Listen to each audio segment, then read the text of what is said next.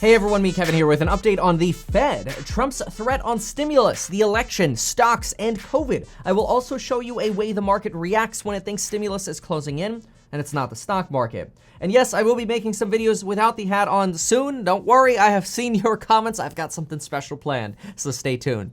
First, on the election, Biden has increased his lead against Donald Trump from 8,000 votes to 11,713 votes in the new ballot drop just minutes ago. Trump was hoping to narrow this lead even closer, but it's actually widened. Trump's lead in Georgia has also narrowed. Trump is only 0.3% ahead of Biden. Biden's lead in Arizona is 2.4%, and a Democrat getting Arizona has not happened since 1996. Michigan and Wisconsin have been called for Biden. Trump is currently ahead by 115,164 votes in Pennsylvania. This is a must-have for Trump. Trump desperately then, in addition to Pennsylvania, needs to maintain Georgia, which currently that lead is narrowing, and then needs to flip Arizona or Nevada in order to clinch a win.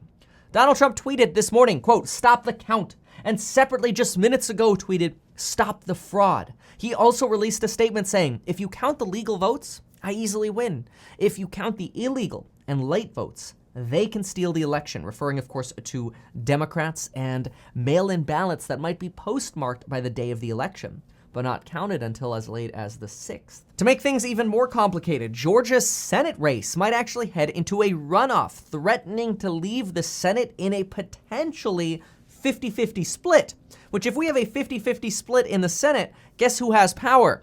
Whoever controls the presidency.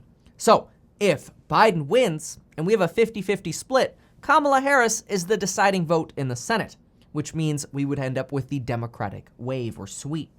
Right now, David Perdue, a Republican, is leading, but only leading with a total of 49.9997% of the vote. He needs 50% of the vote to avoid a runoff. That means he needs just 141 more votes to avoid a runoff. However, this runoff would not happen until January. So it is possible that this election drama could continue for a while, especially with the lawsuits going on. The Federal Reserve will be speaking this afternoon at 2:30 p.m. Eastern Time to discuss how their two-day policy meeting went. Right now, all eyes are on the Fed potentially increasing their support for the economy as COVID cases skyrocket. Of course, stay tuned for my video breaking down exactly what they said. So far, the Bank of England has boosted their bond buying program by a much larger amount than expected, about $195 billion US. That's the UK central bank. Their GDP is a fraction of our economy, and the size of their bond buying program would literally be like us coming out with a $1.26 trillion deal. That's about the scale that the United Kingdom is now doing to stimulate the economy, especially with their lockdowns. This comes after the Bank of Australia said they'd buy $70 billion of bonds, which would be like us doing a $940 billion deal. On COVID cases hit 107,872 yesterday.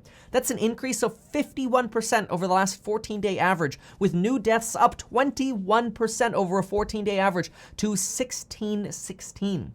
This comes as Germany has registered a record. Germany has 31,480 cases in just one day, according to Johns Hopkins. We are now over 50,000 hospitalizations in the United States as well. This is a 64% increase since October, and Dr. Fauci says we are now in for a whole lot of hurt.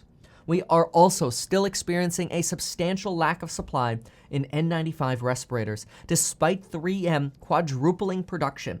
States like Michigan only have a 90-day supply left. On stimulus, Mitch McConnell wants to get a deal done by the end of the year, as does Nancy Pelosi, whose leverage has now declined. However, advisor to Donald Trump, Stephen Moore, has stated that Donald Trump, quote, does not want the last thing he does in office to be a $2 trillion debt spending bill. We want Biden to own that, not Trump. It sounds like Trump's legacy might now be in question if he loses the election and might be unwilling to work with Nancy Pelosi and Steve Mnuchin to actually get a stimulus bill done. That is not good news. And this comes as jobless claims came in higher than expected for the week ending Halloween.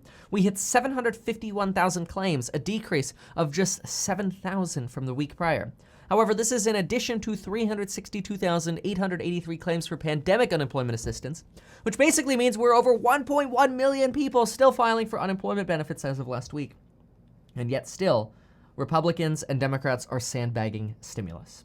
Nancy Pelosi and Democrats are upset over their failure to win as many seats as they had hoped. Some Democrats are now pointing the finger at Nancy Pelosi's hardlining.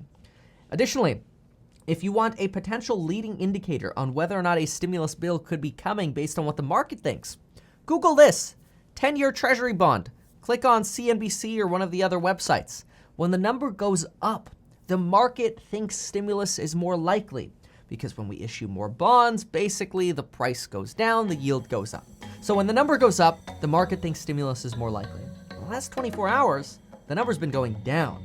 This is despite the fact that it's been going up steadily since August. So the market is expecting a stimulus package, but the gyrations can sometimes be interesting to keep an eye on as sort of a, well, what is the market pricing in? There you have the update for today. Make sure to get 3 free stocks with Webull. Deposit $100, get 3 free stocks with Webull, and of course sign up for life insurance in as little as 5 minutes. Thanks so much for watching, and we'll see you next time.